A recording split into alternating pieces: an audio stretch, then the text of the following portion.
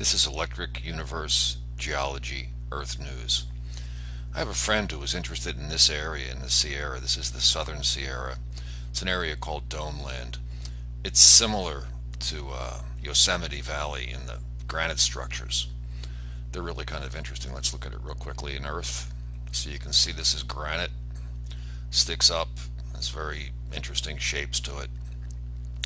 It's now a wilderness area. There used to be roads that went in there, but they closed them off so that you'd have to hike now for days to get in there and see it. So it's wilderness. It's not good for people who like to drive in cars. Anyway, we drove there and got as close as we could, and somewhere around here there was a turn in the road. And it's either a road cut or a turn in the road that makes it open. And we saw quartz veins. I'll show you a photograph of them now. This is a vein of quartz, and it looks so much like a Lichtenberg pattern. I guess I'll have a link for Lichtenberg pattern figures at the bottom of the video. Supposedly this is geothermal, from what I understand of quartz veins, so that hot water would have come up over a long period of time and leaked into this area that was sort of a fault and made this pattern. Where I see it is electrical. And there's lots of quartz veins. They're all over the place, and there's lots of images of them. Let me show you some. This is the Google Images page for quartz veins, and I'll have a link for this at the bottom of the video. And you can see all these, and supposedly all of these are geothermal, but in many instances the areas where you find this stuff, these quartz veins, it's not geothermal today. It was in the deep, long, distant past, but no longer today, according to geologists.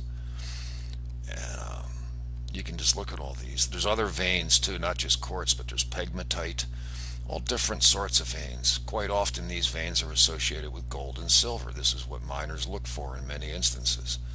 So again, I'll be posting this. I don't think these are geothermal at all, especially in a shortened time frame, shortened chronology. There's no time for this geothermal business, number one, to happen and then disappear.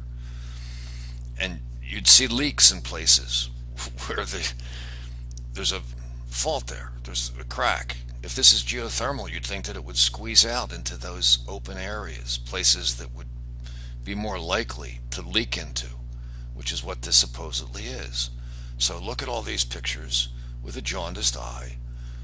Try to think, is this possible as a geothermal event, or is it an electrical event trying to get to ground, attracting silicon dioxide and other minerals like gold and silver, and concentrating into these Lichtenberg patterns? I think it's a more plausible explanation, and it changes another whole issue with the geology world. I have friends who I mentioned earlier who are doing their PhD thesis on this.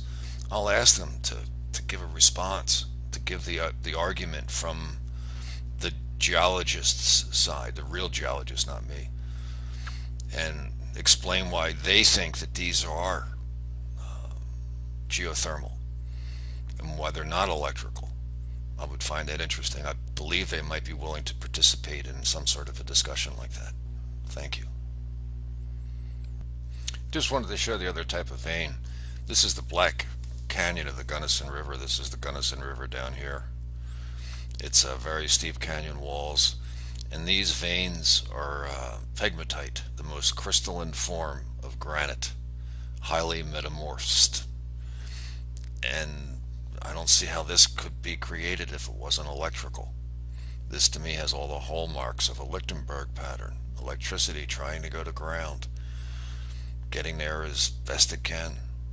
It doesn't seem geothermal to me. Thanks again.